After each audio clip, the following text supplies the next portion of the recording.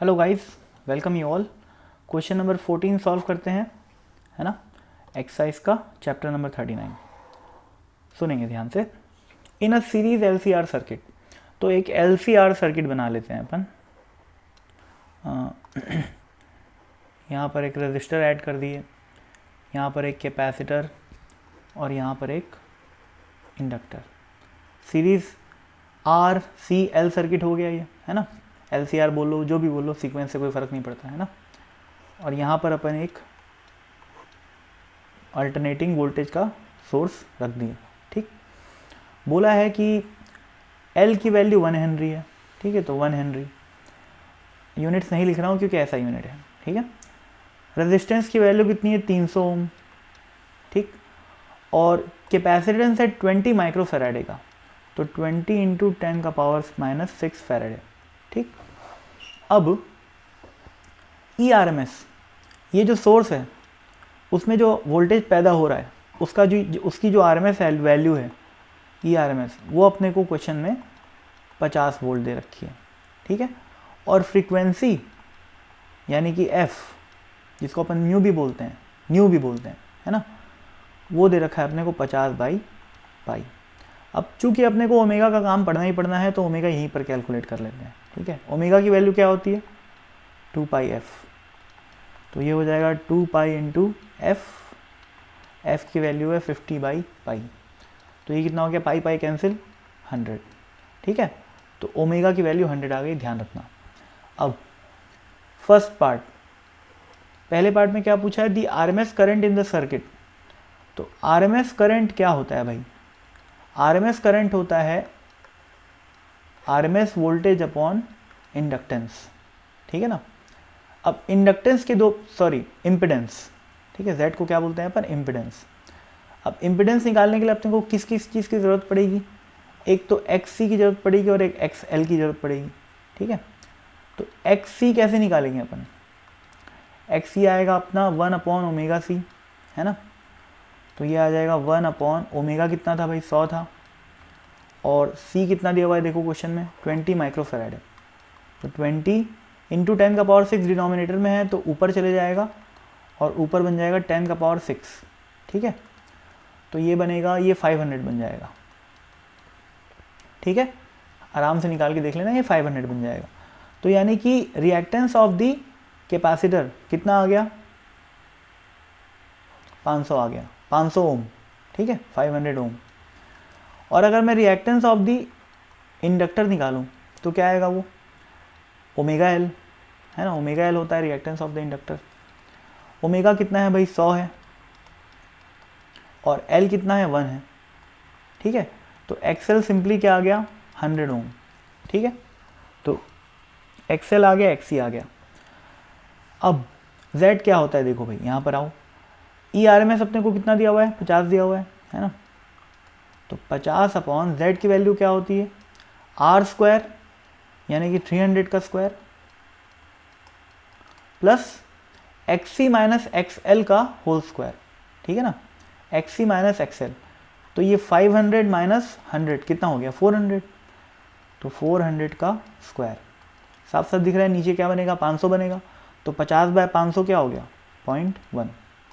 तो 0.1 एम्पियर का RMS current circuit में बह रहा है। ठीक, पार्ट ए सॉल्व हो गया। अब आगे बढ़ते हैं।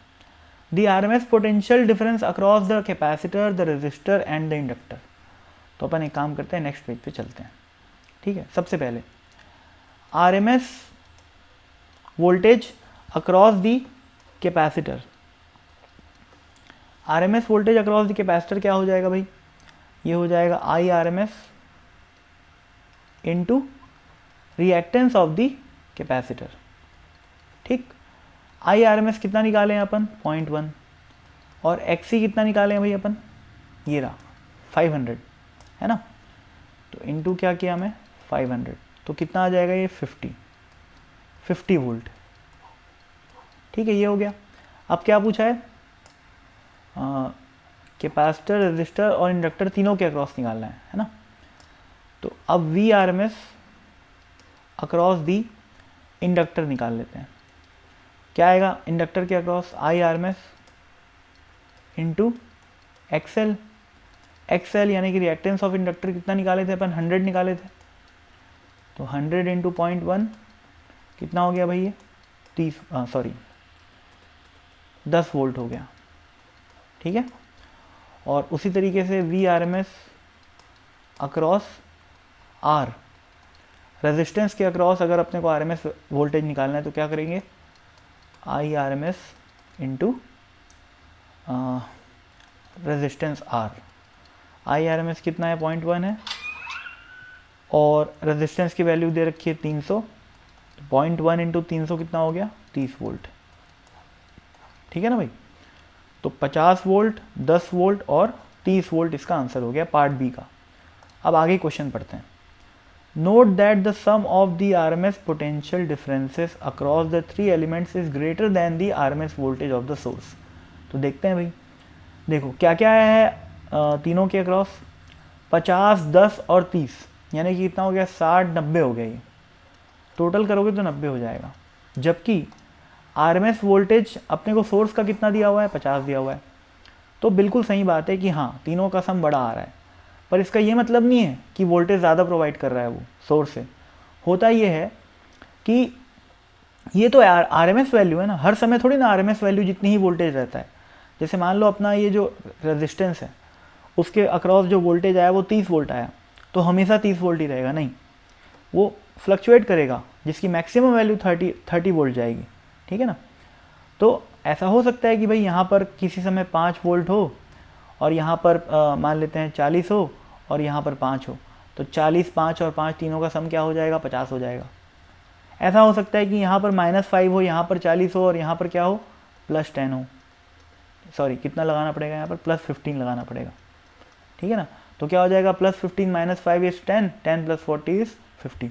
अलग अलग कॉम्बिनेशन आते हैं अलग अलग समय में। आप जो बहुत सारे क्वेश्चन करोगे तो ऐसा समझ में आएगा, ठीक है ना। तो ये चीज़ है। तो नोट करने वाली बात ये भी है कि 50 वोल्ट का सप्लाई है आरएमएस वैल्यू, और इंडक्टर के अक्रॉस अगर बात करूँ मैं, ये लाइन सॉरी कैपेसिटर के अक्रॉस बात करूँ तो कितना आया 50 आया, ठीक है। एल के अक्रॉस क्या है 10 आया और आर के अक्रॉस कितना है 30 आया। इनफैक्ट कई बार ऐसा भी होता है कि सप्लाइड वोल्टेज से भी ज़्यादा आ जाए किसी एक एलिमेंट पे आरएमएस वैल्यू, ठीक है ना, उसको एम्पलीफायर सर्किट बोलते हैं। उसके लिए जो डेटा लिए हैं अपन सी का, आर का और एल का, वो अलग आएगा, ठीक है। और मेरे को लगता है कि जो अगले एग्जाम्पल्स आ रहे हैं एफसी वर्मा में, उसमें अपने को कहीं ना कहीं देखने को मिल जाएगा ऐसा, ठीक है।